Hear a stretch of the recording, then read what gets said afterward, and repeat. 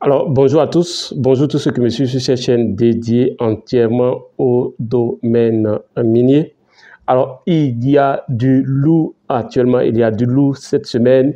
Donc, notez que vraiment, c'est l'information que vous devez vraiment noter. Donc, avant la fin de cette vidéo, j'ai une information capitale pour vous. Restez jusqu'à la fin pour avoir cette information capitale. Il y a vraiment du lourd.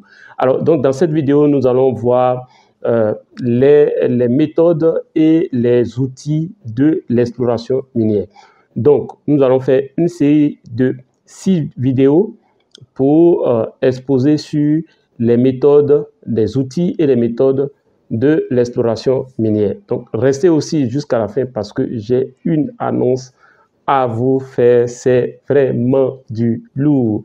Alors, donc, sans plus tarder, on va parler des différentes phases, donc si vous voulez, des méthodes, des outils et les méthodes qu'on va utiliser pour faire l'exploration minière. Alors, lorsque vous avez un gisement, dites-vous qu'un certain nombre d'activités sont menées pour que ce gisement véritablement soit isolé et éventuellement être exploité. Alors, donc, première chose, donc, notez que il y a, depuis le choix du permis, il y a un certain nombre d'étapes que vous allez suivre. Alors, si on se base sur... il y a plusieurs étapes qui sont définies par certains organismes. Par exemple, vous avez le cas de l'ONU qui définit 4 étapes essentielles concernant l'exploration minière. Dans cette vidéo, nous allons définir ces différentes étapes et dans les séries de 6 vidéos, on va voir les méthodes, les outils pour l'exploration minière. Alors, première étape, c'est l'étape de la reconnaissance. Alors, avant cette étape, je dirais l'étape 0. L'étape 0, c'est le choix du permis. Pour faire le permis, pour choisir le permis, vous avez besoin d'un minimum d'analyse. La première chose, est-ce que ce pays est un pays minier par essence? Par exemple, on connaît des pays tels que le Burkina, des pays tels que le Mali, des pays tels que le Ghana, des pays tels que la République démocratique du Congo, qui sont les pays tels que l'Afrique du Sud. Ce sont des pays qui sont connus pour être des pays miniers. Alors, donc, si vous avez cette information, déjà, c'est quelque chose qui va vous conforter dans votre position. Première chose, est-ce que c'est un pays minier? Deuxième chose, vous allez vous intéresser à la carte géologique du pays. Alors, la carte géologique va vous donner directement, si vous voulez, des informations géologiques qui vont sous-tendre, donc vous faire penser qu'il peut y avoir soit de l'or, soit du gisement, du manganèse, soit du fer, soit de l'uranium, pourquoi pas, tel que par exemple au Niger, ou d'autres substances utiles. Alors, donc, pour choisir alors le permis, je conseille de mettre la main sur 3 cartes. La première carte, c'est la carte géologique, qui va vous permettre d'avoir toute une idée des unités géologiques. Et la deuxième carte, c'est la carte des indices, si ça existe. Donc, il est important de savoir est-ce qu'il y a des indices liés à la substance qui vous intéresse. Par exemple, si vous avez de l'or, si c'est de l'or, si vous avez la carte des indices, vous allez vous focaliser essentiellement dans les endroits où on a des indices, par exemple, d'or. Et la carte des permis parce que c'est la carte qui va montrer si une zone est libre ou pas. Est-ce que c'est déjà attribué ou pas? Donc, lorsque vous croisez ces 3 cartes, vous allez non seulement identifier la zone sur la base des indices, sur la base de la géologie et sur la base du fait que cet endroit est libre. Alors, vous croisez cela. Si vous ne savez pas le faire, nous avons des cours de MapInfo Discover qui vous montrent comment le faire, des cours de AGIS qui vous montrent comment le faire, des cours de QGIS qui vous montrent comment le faire, des cours de SERPAC qui vous montrent comment le faire, etc., etc. Alors, notez que nous avons plusieurs formations qui sont disponibles et maintenant, avec notre centre de formation MinPro Training, vous avez simplement payé, vous avez juste à payer un abonnement de 25 000 francs CFA autour de 40 $ US et vous avez accès à tout ce que nous avons comme formation en illimité. Voilà, ça, c'est vraiment une occasion. Si vous êtes étudiant, rapidement, allez dans la description de cette vidéo. vous pouvez me contacter par WhatsApp au plus 225 07 59 42 17 05. Je vais mettre tout ça dans la description et vous pouvez bénéficier de cela. Il suffit d'aller sur www.minprotraining.com. Tout ça sera dans la description de cette vidéo. Alors, donc, la première étape, après l'étape 0, qui est le choix du permis, lorsque vous avez choisi le permis, vous allez faire ce qu'on appelle la reconnaissance. On parle de prospection en ce moment, de la prospection stratégique. Dans cette prospection-là, vous allez aller sur le site, vous allez faire vos premiers travaux, vous allez faire quelques vérifications, vous allez faire par exemple de la cartographie, vous allez faire des échantillonnages, quelques échantillonnages, faire des levées géophysiques aéroportées, etc., etc. Vous allez alors collecter votre première information dans la phase de reconnaissance. La deuxième phase, la phase d'anomalie, donc on va vérifier les anomalies au sol, on parle alors de prospection tactique. Alors en ce qui concerne la phase de prospection tactique, vous allez poursuivre les mêmes travaux que vous avez eu à faire au niveau de la phase de reconnaissance. Et cette fois, vous allez définir des grilles et que vous allez établir des grilles en fonction des différents secteurs que vous aurez sélectionnés. Et vous allez faire des levées, mais cette fois-ci, vous allez faire ces levées cartographiques-là qui vont être des levées plus détaillées et qui vont être, par exemple, les levées géophysiques vont être encore plus détaillées. En fait, vous allez avancer en faisant du détail, en collectant le maximum d'informations. Donc, vous allez faire, par exemple, de la géochimie. Vous allez faire éventuellement quelques sondages si votre budget permet à cette phase. Donc, ça, c'est la phase de prospection tactique ou d'anomalie, de recherche d'anomalies au sol.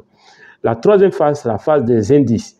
En ce qui concerne cette phase des indices, vous sachez que cette phase-là va suivre la phase de prospection tactique. Et donc, à ce niveau-là, vous allez délimiter des indices. Donc, ce qu'on appelle, ça peut être par exemple des affleurements qui sont minéralisés ou ça peut être des cibles qui sont assez précises. Par exemple, c'est la phase où vous allez définir ce qu'on appelle des prospects.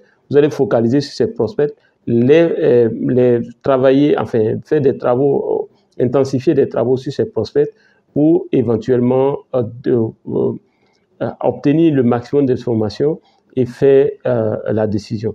Donc, à cette phase des indices, vous allez planifier des campagnes de forage et les mailles de ces campagnes-là vont être moins larges que lorsque vous étiez en phase de prospection tactique. Donc, au niveau de la phase des indices, d'identification des indices, cette phase-là va être beaucoup plus, ça fait suite à la phase tactique, mais vous allez faire des travaux plus poussés, vous allez identifier des zones, vous allez définir vos différents prospects et intensifier les travaux sur ces prospects.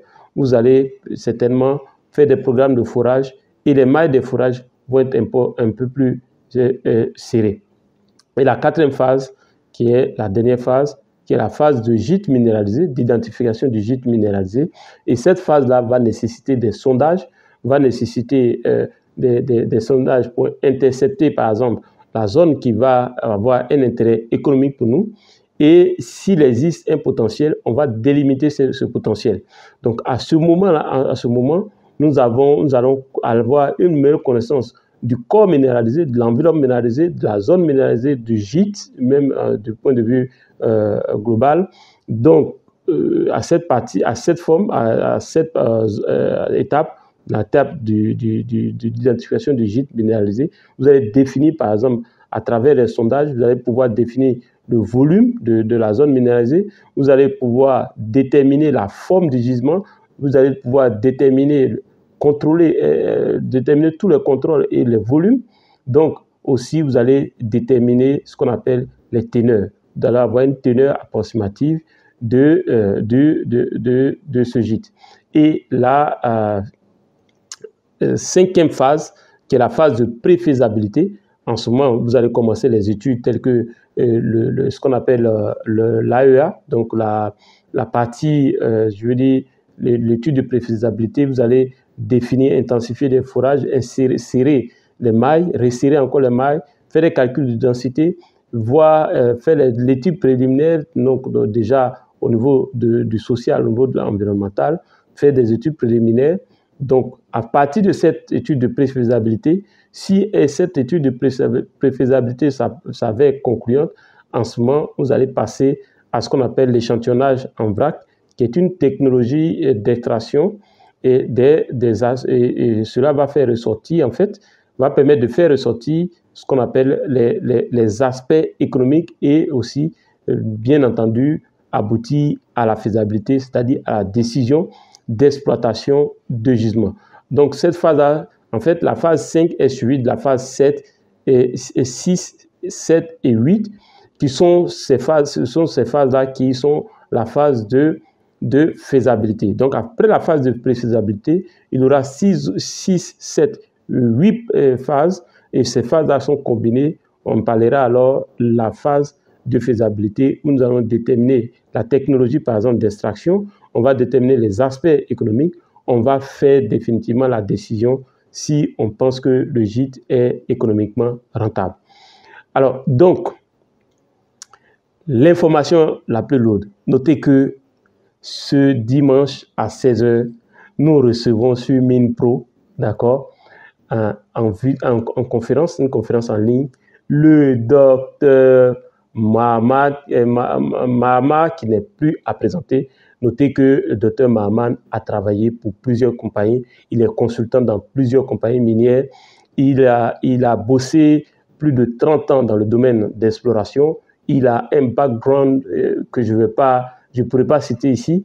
Il a travaillé dans des projets au Maroc, en Guinée, en Côte d'Ivoire ici, en Guinée équatoriale, au Niger, au Gabon, au Burkina Faso, au Mali, au Sénégal, au Soudan, au Tchad, au Libéria, au RDC, partout, sur plusieurs projets. C'est une somme de connaissances qu'il a, et celui qui va rater cette conférence en ligne, il va exposer sur le thème sera ressources et réserves, et la méthode, comment se fait les ségrégations, les ressources et réserves et leur ségrégation. Comment on fait la ségrégation de la ressource, comment on fait la ségrégation des réserves, etc., etc. Notez que ça sera une conférence d'1 heure de temps seulement. Il n'y aura pas de rediffusion. Donc, pour ceux qui vont rater cette conférence, ce sera peine perdue pour eux. Il n'y aura pas de rediffusion. J'ai mis dans la description de cette vidéo le lien. Vous cliquez, vous réservez votre place. C'est le dimanche prochain, le dimanche 9 à 16 h GMT, heure d'Abidjan.